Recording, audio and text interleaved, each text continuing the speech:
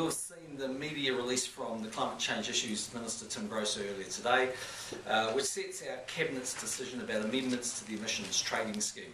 The amendments announced today ensure New Zealand continues to do its fair share internationally while minimising the impact of the ETS on households, exporters and employers in these uncertain economic times.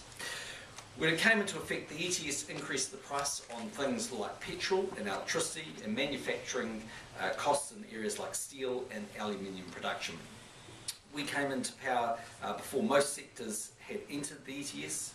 We took that opportunity to change the scheme we inherited from Labour, adding several transition measures to soften the scheme's impact. Those changes more than halved the impact on households and exporters compared to Labour's previous scheme. The legislation as it stands requires the removal of those transition measures from 2013. We now think the measures need to run for longer, given the fragile international economic environment and the minimal progress made by other countries to develop similar climate change tools. The four main changes are that we are keeping the 1-for-2 obligation in place until after this year. This means participants in the scheme will continue to surrender units for half the carbon they emit, maintaining the $25 fixed price option until at least 2015. This caps the price firms will face if carbon prices begin to rise internationally, introducing offsetting for pre-1990 forests landowners and allocating the full second tranche of compensation where offsetting is not taken, and leaving agricultural emissions out of the ETS until at least 2015. The decisions announced today will have no impact on the government's forecast track to surplus by 2014-15 because the $18 million expected annual cost will be met out of the budget 2013 allowance. In practice, this means ordinary New Zealanders will not notice any difference in the way the ETS affects them or how it operates, at least until after the next review of the scheme in 2015. For exporters and employers, this also means greater certainty about their obligations until that time. The changes we have made means the ETS is more flexible and reflects the nature of our export-focused economy and our country's growth aspirations. These amendments also reflect where our ETS sits compared to the rest of the world. Outside of the EU, no other country has a comprehensive scheme as New Zealand's. There's no question that we are doing our fair share, and it's important we continue to do so without disadvantaging the country's exporters and the jobs that they create. Too onerous an ETS would simply drive many of those businesses offshore to countries where very few or no climate change initiatives are in place, which would do no favours to the environment or to New Zealand. Our focus is on the long term. We want to steadily reduce the carbon intensity of our economy, which means bringing in changes that help and encourage exporters and households to change their behaviour over time and invest in new technologies that make it easier for them to reduce emissions. It also means seeking coordinated global action to this global problem. We are strongly focused on securing a high-quality international agreement. So let's get Tim to make a few comments and we'll answer any questions when we finish that, as per normal, back to the elephants. Well, thank you, Prime Minister. Ladies and gentlemen, looking quickly at it domestically, I'd put it like this. This is not the time to put the foot on the accelerator, nor, as the climate change sceptics would have wanted us to do, to back the ETS truck up the drive. So broadly speaking, I could qualify this in a more sophisticated way. We're maintaining the current settings. Now, internationally, there'll be issues around agriculture. Let me, if I may, Prime Minister, just talk briefly on agriculture. Firstly, we are introducing mandatory reporting obligations on agriculture at the processor level, and we will be wanting to move this, for those of you who are into this detail, down to the farm gate level for reporting purposes, but with the cooperation of our farmers. With respect to biological emissions, just like to repeat this, not one country in the world has put a carbon price on biological emissions, and we are not going to be the first to do this until we see broader progress internationally. We are leading the world in the Global Research Alliance on agriculture emissions. No country in the world is doing more on agriculture emissions than New Zealand. So let's just get some facts out on the table before people start throwing words like subsidies loosely around. Thank you. What will be the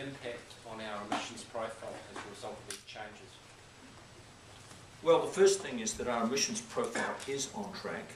I've got preliminary data for the surrender period 211, which shows emissions have fallen somewhat, but the analysis has not yet been done by the officials. That's for the last year. The key thing is we are on track to meet the obligations that New Zealand took for the Kyoto Protocol. Many countries will not. One country has even withdrawn from the Kyoto Protocol, but we're on track. And as time goes on, we're more certain to be in that space. So I'm comfortable with where our emissions are tracking in net terms. Will they fall or rise? Well, our emissions will meet the 1990 target. Well, we haven't for the period 2008 to 2012. With respect to the future, we've got a conditional target out there, but we decided this is not the right time and not the right place to decide what our target will be. Prime Minister, will agriculture ever come in under your government? Oh, it might do, but as Tim Grocer has pointed out, we'll bring agriculture in when we see movement from other countries around the world. I don't think it makes sense to put New Zealand farmers at a complete disadvantage to others around the world. I think it's also worth pointing out they already pay through the emissions trading scheme for diesel and petrol, electricity and the likes. And you know, in the end, I think the more sensible solution in the short term at least is to try and find a scientific response. And the Global Research Alliance is a great example of that. We were working alongside the big part of about 30 countries. Did the review, though, show that in fact they thought there was some progress being made in terms of intensification of farming, and there were some steps that were showing some real progress, so that we could in fact improve them? Yeah. Well, actually, New Zealand's probably the most carbon efficient major farming country in the world. As Bruce Wills, the new president of Federated Farmers, pointed out in a very good speech over the weekend, for the last 2 decades, the emissions intensity per kilogram of milk solids and protein has been declining at an average annual rate of 1.3%. I mean, that is spectacularly good progress. So, you know, the reason why New Zealand produces so many emissions from agriculture is because we produce food for other people. 90% of our food is exported. And if it was being produced in those countries by themselves, you can be certain there'd be more global emissions than if it's produced by the very carbon efficient New Zealand farmers. So in principle, Prime Minister, you are committed to bringing agriculture into the ETS? Yeah, and we're committed to the ETS. I mean, look, the main message for New Zealanders is this one. It's important that New Zealand does its share. It's important, I think, that we have an emissions trading scheme to put a price on carbon, but now is not the right time in a very globally uncertain economic environment to put more costs on households and more costs on consumers. But is it still fair to say, sorry, that consumers are still actually bearing most of the cost that is being paid? Well, the consumers are bearing the cost through their household electricity bills, their petrol bills. It's not an enormous cost, and they can't separate it out from other fluctuations in some of those prices. But yes, you're right, they are bearing the cost. And therefore, the decision that the Prime Minister and ministers took was we don't want to add to those costs markedly, given the uncertainties of the international economy and, frankly, the uncertainties about the adequacy of the international response. But I think the other important point here, though, is in the end, consumers might be paying more of that through their households.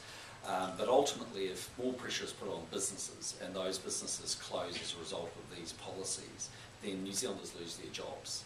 And we're not prepared to sacrifice jobs in a weak international environment when other countries are moving very slowly. I think New Zealand's doing its bit, but we've never said we want to lead the world in this space, and we certainly don't. So what will this then mean for consumers? How much will it save them? Well, it depends on carbon price. Yeah. Indeed, and that's one of the major uncertainties, that the carbon price today is extremely low, but a flick of the EU regulatory pen could return us to where we were last year, which was 3 to 4 times the current price. So and that's very much influenced ministers' thinking on this issue. With respect to auctioning, we will be introducing auctioning, but this will have to be developed in parallel through consultation from now. The issues are incredibly detailed. The law of unintended effects applies big time. We want assistance from people who participate to help us design the scheme. What about access to other carbon credits, ones that currently New Zealand businesses can buy?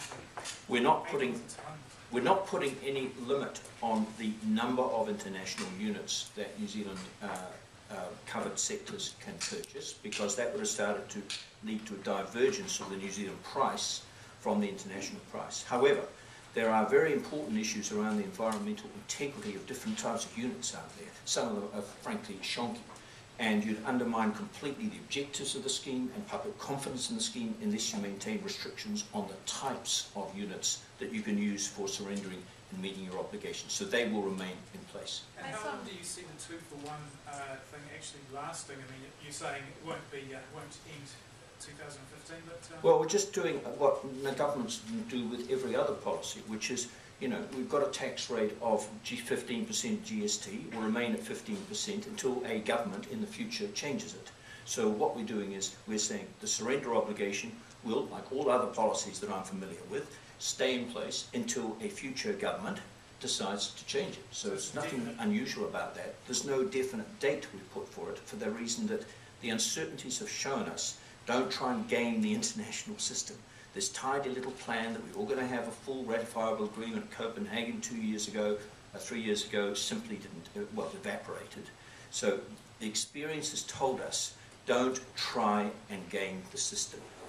So is the legislation going to be silent on a date? Put a date now. No, it won't be silent. It'll have a date of 2015 in which these issues will be considered by government, and there'll be extensive consultation around that. And are there any recommendations of the independent review panel that you are uptaking? Because Sure. they specifically rejected the $25 price cap. They rejected maintaining the half obligation. Yes, well, the underlying philosophy of the Cable Review Committee was to try and increase, in spite of the uncertainties, the effect of the carbon price, and we've started from a different perspective. But we have adopted their recommendations on introducing synthetic greenhouse gases, and the bill will provide the legal authority for that. So the coverage will be complete in terms of gases. I stand to be corrected if there's some minor qualification of a technical nature on that. We've taken up their suggestion of introducing auctioning, and there are several other aspects that we've followed. But on the big ticket issue of phasing out the surrender obligation, no, we did not follow that recommendation. If financial conditions remain tight, could you cut these costs at all, or where we're at now, are we at a floor? No. I think we're in the right place at the moment. Could it go I down? mean, the carbon price is extremely low also at the moment. But I mean, the issue is that that carbon price can move around a lot, so we can't be absolutely sure what the impact would be on consumers. But I mean, our overall view is we're doing the right thing. We've got a good scheme. It's in place. It's set at the right level at the moment. And in the end, we're not prepared to put more costs on consumers, more costs on businesses and challenge jobs when we're not seeing much progress from many other countries. But would you be prepared to take costs off consumers? I think we're in about the right place at the moment, and we've got a scheme that's working reasonably well. I think it's good enough. So it's definitely a floor where we're at the moment? Well, the scheme doesn't have a floor by definition because it has a Well, in cap, terms not of a floor to it, but it has an obligation which will, the current obligations will stay in place. And your 2013 budget allowance seems to be diminishing quite quickly. Well, it has an impact on it. So there's two things at the moment that could potentially be set against it. This will be. Education could be, but that will be subject to education finding other savings or us finding other savings in other areas. How much will this cost? $80 million. So there's not going to be another zero budget? 80 million against this budget. Yeah, against budget 2013. Well, I mean, no, because, well, unless you would decide to go negative in budget 2013. We effectively did that really in budget 2011. We were contractually for, I think, $1.5 billion. So at this stage, no, but it'll be set up against that contingency. Given Given the the low low based price. on current carbon prices, is there any estimate as to how this could benefit consumers? Well, when it came in and the carbon price was $17 or $18, the general view was I think it was going to add 2 or 3 cents a litre to petrol and about 3 or 4% to power prices from memory. It was that sort of order of magnitude. So it'll certainly save, I think at the time we were saying it was about $250 a year to households. So you might be able to say, look, it's in that order of magnitude, but it could have been a bit more or it could have been a bit less depending on what carbon prices do. But certainly there are some industries which are quite exposed in this area, in steel and aluminium and other places, where putting the charge on, I think at this time, in a very fragile international environment, could have well and truly cost jobs. So you think consumers will notice a difference though? Yes. Why not take those charges off in order to try and boost Well, economic that's growth in the economy if no one else is putting them on? That's exactly, of course, what the sceptics wanted us to do. That's why I said we decided not to back the truck up the drive. I mean, technically, you're correct. If we had decided to go backwards, that would have had that effect. But on the other hand, We want to stay in this game. We do want to play. Playing our fair share means playing a share, and we think we're about the right space. Have you been frightened by the political backlash in Australia over what a carbon market's doing there? Are you worried about that politically? No, I think what Australia does is a matter for Australian politicians. It's a highly sensitive issue, and I'm not about to wade into the domestic debate. But what I am conscious of is that you just take a look at the Herald Digi poll this morning. I mean, 85% of people responding to that poll are very concerned about the international economic environment and what's happening in Greece. I think if we were to go along at this time, where there's been virtually no progress taking place in Rio, where there's now not going to be a second commitment period, where international progress in climate change matters is very, very modest at best, and then to ask New Zealand consumers who already have an emissions trading scheme in place to pay more, I just don't think that's acceptable to the New Zealand public or New Zealand businesses. And I think we're doing the right thing, pushing it out to 2015. At that point we'll come back and have another look. Labor Well, says putting that a you're giving price- polluters a free ride. Is there an element of truth to that?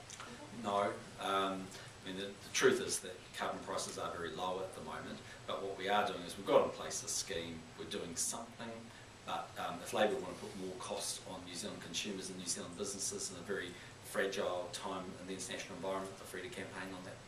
The settings on the CTS are pretty weak though, and given the lack of progress internationally, are we going in the right direction protecting climate change? And we're putting a price on carbon. Is there a different solution out there? I think you've got to ask that on a global basis, but I mean, what you've basically seen in Rio is that there's no agreed position now for a second commitment period. You've seen Canada pull out of Kyoto. You're getting the large developing, emitting countries not agreeing to sign up to any binding targets. So I think it's a matter of making sure that New Zealand is playing its fair share and doing the right thing. But I think to push these things any faster than this would actually be defying reality of what's happening around the world. Minister, you said we were going to meet our 1990 target. How are we managing that? Well, we're managing through a variety of different issues that impact on our net emissions. But the point is that the longer the period, in the past when our scientists have advised us what our net emissions target was, they've been relying on projections. Well, the closer we get to 2012, estimates of outcomes are replacing projections. So it's becoming a little more solid as we go. Now, we're not quite there yet, but we're pretty confident now, according to the scientific advice we're getting, that we will slightly exceed the 1990 target that we set, what the government of the day set. So what's become of Nationals reducing emissions by half by 2050? Is that still in place? Yep, that's our long-term policy. And what about your 2020 goal? Where is that now? Well, we don't have Yeah. So you don't have one? We have, Well, we have a conditional offer on the table of -10 to -20, but we've made a very clear decision now not to try and define that more precisely given the uncertainties in the international environment. But you're never going to get there with an ETS at these settings, eh? Well, you never know. Well, how would you? I mean, the price of carbon's virtually nil. Yeah, so I think what you've got to say is we are happy to sign up to a reduction on our 1990 base on the basis that other countries are prepared to also do something that includes developed and developing countries. And secondly, half of all of our emissions come from agriculture. So how would you know? I mean, we might find a solution for methane and nitrate emissions next year, in which case we might dramatically reduce our emissions profile. So are you looking at 2018 for the agriculture with the consultation paper had that date in it? We're just simply saying we'll look at it in 2015. So we might kick into a few other things, given I'm running out of time. So just in terms of activity this week on Thursday, I travelled to Australia for a 2-day visit to Sydney and Melbourne to meet with the financial and business leaders. During the visit, I'll give an address to the Trans-Tasman Business Circle and deliver this year's John Howard Lecture in Sydney. The John Howard Lecture is an annual event that was established by the Menzies Research Centre in 2009 as a way of honouring John Howard, who was Prime Minister obviously from 1996 to 2007. I'll also undertake a number of other meetings, including with representatives from the 4 major Australian banks in Sydney and Melbourne, as well as business groups with interest in New Zealand, including the Business Council of Australia, Origin Energy, Rio Tinto and BlueScope Steel. The visit will provide a valuable opportunity to share thoughts on the latest global economic developments and their impacts on the New Zealand and Australian economies. Australia is our largest trading and economic partner, so it's important that we continue to work closely together on issues that affect both of our countries. Besides the Australian visit, I'm in Auckland on tomorrow, and on Wednesday I'm in Rotorua for the day. What do you want to canvass with the big four banks out of that? I just want to get a sense of what they're thinking about the Australian economy. We hear a lot of sort of mixed things, I guess, about some people are now saying that there's a three-speed economy in Australia. It's not just the mining sector and everybody else. It's sort of literally iron ore and uranium, then the other parts of the mining economy, then everything else. So I'm just trying to get a bit of a sense of what they're thinking.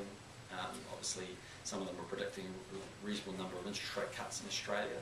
They're just such a huge market from our point of view. So. Are you going to talk to them about any sort of monetary policy moves over here or prudential ratio moves? No, I don't think so. I mean, though, yeah, ultimately those sort of decisions are ones that are made by the Reserve Bank.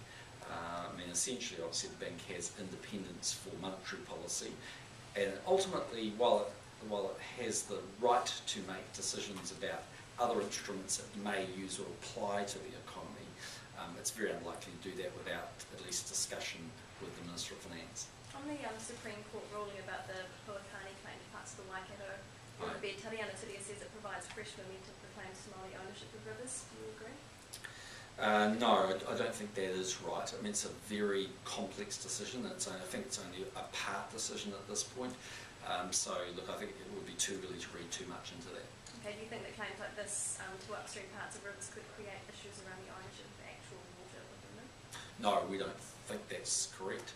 I mean, as in the limited knowledge I have of the case, it was a very complex decision which tried to divide up parts of the river, which is slightly unusual with Maroteti. We take a fairly holistic view of the river, but anyway, it was a complex issue about different parts of it and what was navigable. So, you know, just on the early advice I've had, no, it's not likely to affect that. And the Whanganui River is another river where there could be claims for parts of the riverbed. Is this a concern looking ahead to the partial privatisation of Mighty River and Genesis Energy, given that? Well, our early advice is that there's nothing in the ruling which is likely to cause us concern in terms of the mixed ownership model progress. In terms of the Whanganui River, we are working our way through for a settlement there if we can. It's obviously been subject to a long-term dispute, but we are making progress, and the Minister of Finance and the Treaty Minister and myself were actually in Whanganui, I think, last week. Is there a risk to investors, though, that if they buy shares in these companies and sometime down the line, there are other claims that could jeopardise their investment? Look, I can't answer those questions for reasons of the FMA, but you can be sure that when a prospectus is put out, if there were any identified risks, they would have to form part of the prospectus. On alcohol, would you introduce a minimum price for alcohol? Look, that's not something I've seen much of an appetite to do at this time, and there's been a discussion and consultation about the issues around minimum price, but the question is, you know, what is the minimum price? I mean, it doesn't mean that a supermarket couldn't lost lead, which they technically shouldn't do, but theoretically could do, or does it mean that there's actually a minimum price for a unit of alcohol? So I think different people have different interpretations of that. The problem, I think, with the minimum price is that it's quite challenging. If you're going to say, well, there's a minimum price for a unit of alcohol, what typically happens is people move down the quality curve and still get access to alcohol. So you remember when Jim Manton brought in the infamous sherry tax, you put the fortified wine makers out of business in my electorate, but forced Granny into drinking cheap price vodka. I don't think it actually solved the problems. So it's much more challenging than, say, cigarettes, where you can actually just ratchet up the price and use that more effectively. Do you prefer an excise tax solution? Well, all of those things can have at the margins an impact, but you can go into your supermarket, I attempt to do it myself on the weekend, and find a bottle of New Zealand wine, reasonable quality actually, for $7.99. I'm sure you can get them for cheaper than that. So what level of excise would you have to put on to actually deter people drinking that? I mean, would a doubling of the excise really make much difference? It might go to $10 or $9.50. I don't think it would actually stop people still consuming and preloading, which is really the issue we're worried about. So I'm not convinced minimum pricing will do that much. Those who argue, well, just make the cheapest unit of alcohol some very expensive number like $20. Well, Scandinavia tried that and again it wasn't terribly successful. So is the Justice Ministry wasting its time doing? No, it's having a look at it, and we're happy to look at the advice. I'm just saying in a practical sense, it's different from cigarettes. In the case of cigarettes, you can simply take all cigarette prices up to a certain level. In alcohol, it's much more complex because it's by volume of alcohol, it's by quality of product. It's just not as simple. The heavy drinking Scottish seem to think it'll work though, if passed such legislation. Yeah, well, a couple of countries have had a go, as I understand it, and they're all a bit slightly different variations of it. But as I say, go and have a look at Scandinavia. I remember going over there, alcohol prices were very expensive, didn't stop people getting wasted. Just going back to the mixed ownership model treaty question before, have you received any advice that the treaty clause that was in the mixed ownership model legislation may not entirely insulate shareholders from future treaty outcomes? I don't recall any advice like that. You'd have to ask the minister, but I don't recall seeing any advice of that. No. Do you have any of the concerns that unions have expressed about media organisations going directly to schools and asking for their national standards data and collecting it all up for their own purposes? Do you have any concerns about that? No, and that was really my point when I was asked a question a couple of weeks ago. Once schools collect data, that data is available under the Official Information Act. And so from the sector's perspective, they need to consider what they think would be the most productive way of presenting that data. My sense is if we could come to a logical way of presenting that data and could give it to media outlets, they're much more likely to use that than try and construct their own sort of tables, or however they put them together. So my own view is it's better potentially for the sector and the government to agree a format, but if they can't, we're not going to stop media organisations going to schools directly. Do you think the data's up to scratch yet, and when do you think it will be if it's not yet? So the sort of informal advice I've had from the Minister of Education is no, it's not. It's extremely patchy and it's different formats and different forms, and that will make it very difficult to interpret. But over time, the government's hope would be it will be more consistent, because the purpose of having better information is to give parents, I think, a better sense of how their school is performing. And if you don't measure, monitor and report on things, I don't think you get progress. And it's the same thing around, same reason why the government is having its 10 outcomes and objectives it wants. By putting things on the table, measuring and monitoring them, I think we'll get better outcomes. So do you think there's a risk, though, that given that it's patchy at this point, that it may blow up to a bit of a debacle in the first year, and you'll spend the next successive number of years trying to clean the thing up? Or any of these systems that we've brought in, so NCEA and others, have had a period where they've had to settle down. That's also true around the moderation risk between schools on national standards, for instance. So yes, these things take some time. The initial, the earlier data, in my view, is unlikely to be terribly satisfactory for anybody, so it does need a bit more time. And my preference would be to be reported in a way which is comparable, so that more logical cross-assessment can be made. And in the end, don't forget, under national standards, we are trying to measure the progress of a child, not absolutely how many children are at or below or above the national standard. And also, I think it makes sense to use comparable schools. There's no point necessarily in assessing the results of a Decile 1 school against a Decile 10 school. It might be very unfair for that Decile 1. Why do you think everything's so patchy now? Because we gave them freedom to do a lot of different things. We gave them freedom in the way they reported to parents, and we gave them a degree of freedom in the way that they presented information. Some schools have been quite liberal in the way that they've represented that information to us, and others have actually gone to the extent of blanking some information. We being the Minister, or we being the Ministry of Education? Ministry of Education. So it sort of conveys a sense of hopelessness within the Ministry. Surely they would have wanted to do what you're talking about now from the start. Well, we're also trying to work with the sector and give them some freedom to be able to apply national standards in the way that they thought was most appropriate for their school. What sort of information did they blank out? Certain bits of it. So, not some schools, I don't know exactly. Why would it be inappropriate to compare Decile 10 in one school if it's all about lifting achievement and how many students achievement is increasing? Well, some very low decile schools will be presented with a range of different issues that may not necessarily be the case in the Decile 10 school, and so you may have a lot more students coming. The latter part of the year, you may have a lot of students who are ESOL kids. English is their second language. There's a lot of different factors that might weigh in there. But as I said a couple of weeks ago, There are a number of schools I've been to that are very low decile, which are tremendous schools making huge progress for their youngsters, and there's some high decile ones that aren't. But I think it's an apples for apples comparison is more logical, and I think that makes sense. Do you think it might have some perverse incentives though for schools to, I don't know, shift some kids out, if there's some difficult kids or kids with learning difficulties, if you get them off your books, your results look better, that kind of thing? Look, given the general size of the role in schools, I think that's really relatively unlikely, because you're talking about a very small number of students are not going to have a material difference to the overall impact of the school's performance. Every school will have some children that experience all sorts of learning difficulties, and there'll be very limited or no progress along the national standards. So that's to be understood. But that's the very purpose of having those standards, is to be able to identify for that child and those parents that the child is experiencing problems, and for us to give greater resources and support for that child. So this is a complex piece of data to put together in these tables, because it really is about the progress across a number of subjects at potentially different times. So that it's not simple. That's why I personally think it's better if we do it in consultation with the sector, but it's up to the sector to decide. Are you suggesting the Ministry will publish the information in decile groupings? Well, my point a couple of weeks ago was that if this information is there, and when it settles down, it's a better, cleaner form, more standardised form, certainly one solution would be for the Ministry to agree with the schools in the sector that we will produce some tables, and therefore we can produce comparators and we can make more sense of the data.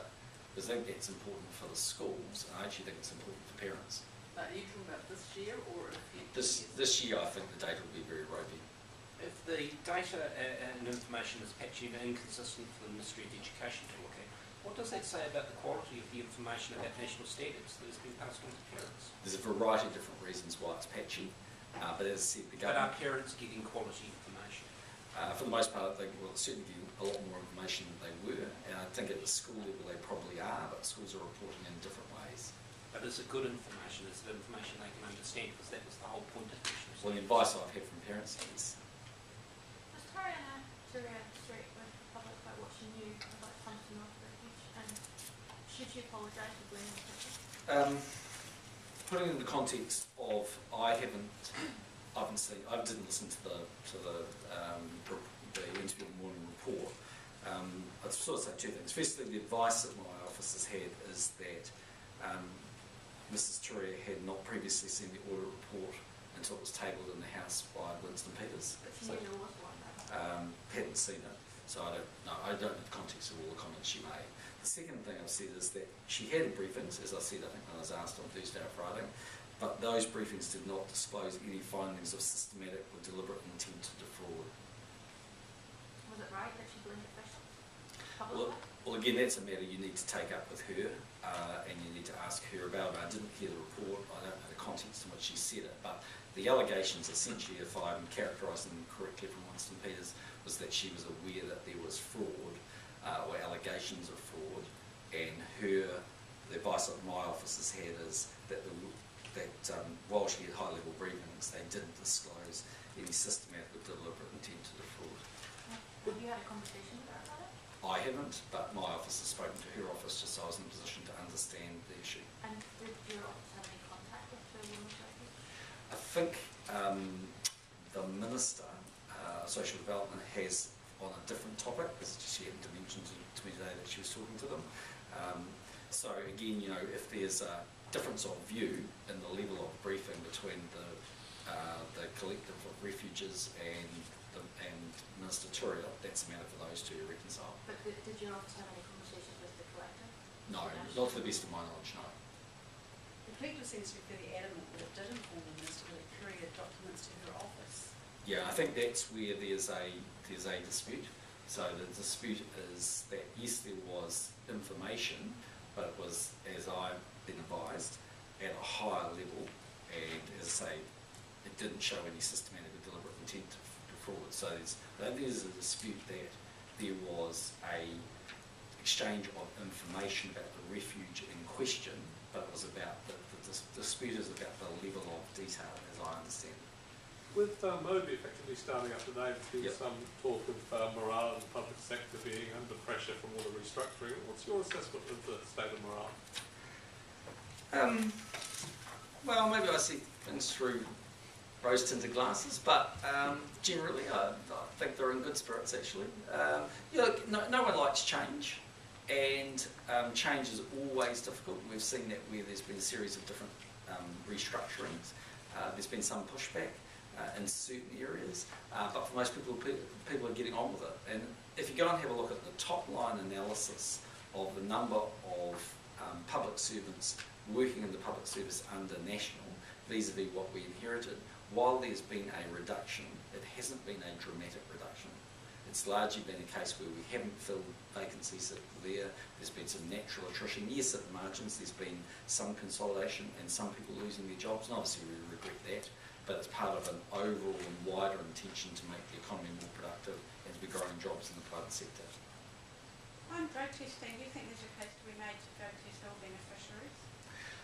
Well, look, I think the right argument here is to say a beneficiary that can work and therefore will be on the job seeker support benefit should work if work is made available to them. And if they are refusing to go and apply for a job which they know would require a drug test, and the reason they're refusing is because they know they would fail that drug test because of recreational use of drugs, that's quite wrong in my view. And I don't think other taxpayers should be having to pay for that person to stay on a benefit when their lifestyle choices are affecting their ability to get work. So in terms of making it wider? Well, I don't think that's relevant, is it? I mean, the relevant point is if the person can work, then they should work, and if they are required to undertake a drug test, then they should be able to pass that drug test, and if they're not, then they're not fulfilling their mutual obligation under the New Zealand welfare system. But some would argue that there are those who might usually benefit by the drugs who don't necessarily go for jobs where drug testing is a requirement. Well, I think that's part of a wider debate, but you could also have that debate about lots of other elements that people might use their benefit for. I mean, some people would say that people on benefit shouldn't smoke or shouldn't drink, and everyone has their own views on those matters. For the most part, other than very young people, we're leaving people to make their own assessments, but our expectations are clear.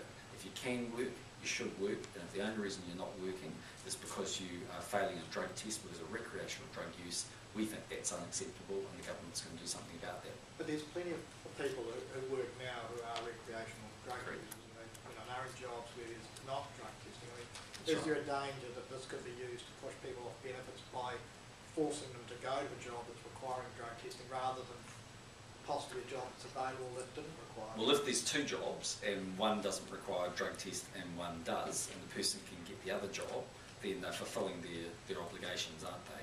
But the real point here is this is a person who's saying to the workbroker, I will not go along to that job interview because I know I will fail because I'm recreationally using drugs. And then at the same breath they're saying, but I'd like other taxpayers around New Zealand to continue to support me on my benefit. And I think to a lot of New Zealanders they would just say that's unfair. They're out there working hard. Why should they be allowed on a benefit in the first place if they're taking that seems to be well, that's a different debate, but I mean, we have a comprehensive welfare system to support people in need, and I'm fully in favour of that system. But it is a system of mutual obligation, and if you can work, then in our view you should work. But aren't there mechanisms already in place which allows work and income if somebody refuses to go submit a job application for the very reason that you cite, that their benefit entitlements can be reduced or cut off? To the best of my knowledge, not for this reason, or they're very, very limited. But if you refuse work and work is offered, work and income can take benefit measures against you. I think it's extremely difficult to understand. So I'm going to have to wrap this up. Okay. Thank you.